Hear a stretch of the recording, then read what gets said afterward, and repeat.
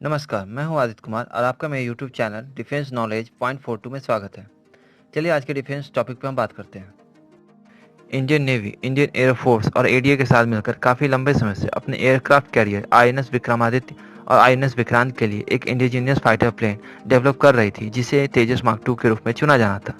लेकिन Indian navy Tejas mark two एक single engine fighter plane को लेना नहीं चाहती थी। वह एक ड्यूअल इंजन फाइटर प्लेन को ही लेना चाहती थी, क्योंकि ये ज़्यादा रिलायबल होते हैं। इसी को ध्यान में रखते हुए इस प्लान को बदलकर ORCA कर दिया गया, यानी ऑन रोड कॉम्बैट एयरक्राफ्ट, जिसे आज से कुछ महीनों पहले HAL के test fighter pilot Harshvardhan Singh Rathore ने इंट्रोड्यूस कराया था। ORCA या TEDVF फाइटर प्लेन एक डुअल इंजन का लगभग 20 से 24 टन का फाइटर प्लेन होगा, जिसे अब तक की रिपोर्ट के हिसाब से जनरल इलेक्ट्रिक के दो G414 इंजन पावर दे रहे होंगे, जिनका ड्राइव थ्रस्ट 58 किलोमीटर और आफ्टर बर्नर के साथ ये लगभग 98 किलोमीटर का थ्रस्ट देते हैं। ORCA में कैनन लगा होगा, जो फाइटर प्लेन को स्टेबिलिटी मैन्योरेबिलिटी देगा। साथ ही साथ इसमें एक कन्फॉर्मल फ्यूल टैंक भी आएगा, जिसके कारण प्लेन को कोई एक्स्ट्रा फ्यूल टैंक कैरी करना नहीं पड़ेगा। साथ ही साथ इसका रडार क्रॉस सेक्शन एरिया भी कम किया जाएगा, ताकि ये दुश्मन के रडार पर आसानी से पकड़ा ना जाए। इसे राफेल और सुपर हॉर्नेट फाइटर प्लेन की टक्कर का फाइटर प्लेन बनाया जाएगा, यानी कि इसे बनाते समय इन दोनों फाइटर प्लेन के बेस्ट क्वालिटी को ध्यान में रखा जाएगा। इसके विंग फोल्डेबल बनाए जाएंगे, ताकि ये कैरियर डेस्क पर कम से कम जगह ले। इसमें एडवांस कॉकपिट और एवियोनिक्स लगाया जाएगा, जो एमका में लगाया जाएगा। बहुतों का ऐसा मानना है कि इसे तेजस मार्क टू के ऊपर एक इंजन ऐड करके बनाया जाएगा, पर मेरा ऐसा मानना नहीं है, क्योंकि ये फाइटर प्लेन 2031 तक प्रोडक्शन में जाएगा। इस कारण इसे एमका से ज़्यादा ड्राइव किया जाएगा। आसान शब्दों में कहें तो एक्सटेल कैरेक्टर को छोड़कर बाकी सभी तरह के एडवांस टेक्नोलॉजी जो एमका में लगने वाले हैं, वो इसमें भी लगाए जाएंगे। अब प्रश्न उठता है, जब ये 2031 तक आएगा और एमका भी उसी टाइम आएगा, तो इसको डेवलप करने का क्या कारण है? देखिए, इसका जवाब यह है कि एमका एक 30 टन का एयरक्राफ्ट है और आईएनएस विक्रांत से मैक्सिमम 3 टन का ही एयरक्राफ्ट उड़ सकता है, जिससे अरेस्टेड लैंडिंग के द्वारा कराया जाएगा। लेकिन एमका के लिए जो पावरफुल 110 किलोमीटर का थ्रस्ट वाला इंजन चाहिए, वो अभी तक तैयार नहीं है, और एडी एमका को 2026 तक तैयार भी नहीं कर सकती है।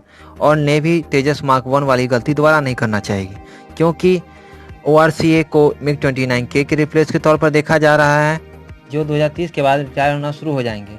और इंडियन नेवी इतना बड़ा रिस्क लेना नहीं चाहिए, क्योंकि आईएनएस विक्रांत पर भी कुछ फाइटर प्लेन प्लेस किए जाने हैं। अगर आईएनएस विशाल भी बनता है, तो इंडियन नेवी 2035 तक 3 एयरक्राफ्ट कैरियर ऑपरेट कर रही होगी। तो क्या इंडियन नेवी के कुछ लिमिटेड रिक्वायरमेंट के लिए एक नया फाइटर प्लेन डेवलप करना क्या उचित है, भले ही वो राफेल से सस्ता क्यों ना हो?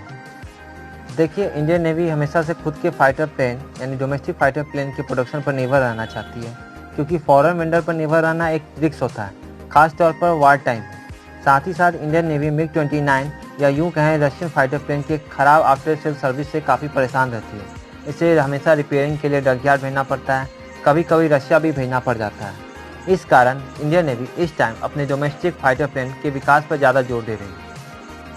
साथ ही साथ ORCA एक ओपन प्लेटफॉर्म होगा, जिसमें हमें किसी भी तरह का वेपन लोड करने या इम्प्रूवमेंट करने के लिए किसी भी देश से परमिशन लेने की आवश्यकता नहीं होगी, जो MiG-29 के साथ होता है। जहाँ तक नेवल एमका की बात है, वो आईएनएस विक्रांत या आईएनएस विशाल से ऑपरेट होगा। अगर आईएनएस विशाल आता है, तो इंडियन नेवी एमका को तभी एक्सेप्ट करेगी जब एमका में एक पावरफुल इंजन लगा होगा, जो आसानी से आईएनएस विक्रांत से लॉन्च किया जा सके।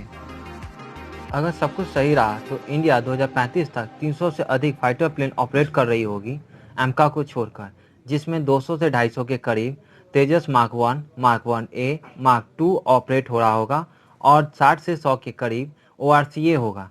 लेकिन एक बात ध्यान देने वाली है कि ये सभी प्लेन जनरल इलेक्ट्रिक के GE इंजन पर ऑपरेट हो रहे होंगे, अगर इंडिया जल्द ही खुद के फाइटर प्लेन को डेवलप नहीं कर लेती है, जो कि एक चिंताजनक बात है, क्योंकि अभी के प्लान को देखते हुए इंडिया को आने वाले समय में 800 से 1000 इंजन यानी फाइटर प्लेन इंजन की आवश्यकता होगी, जो कि एक बहुत बड़ा नंबर है।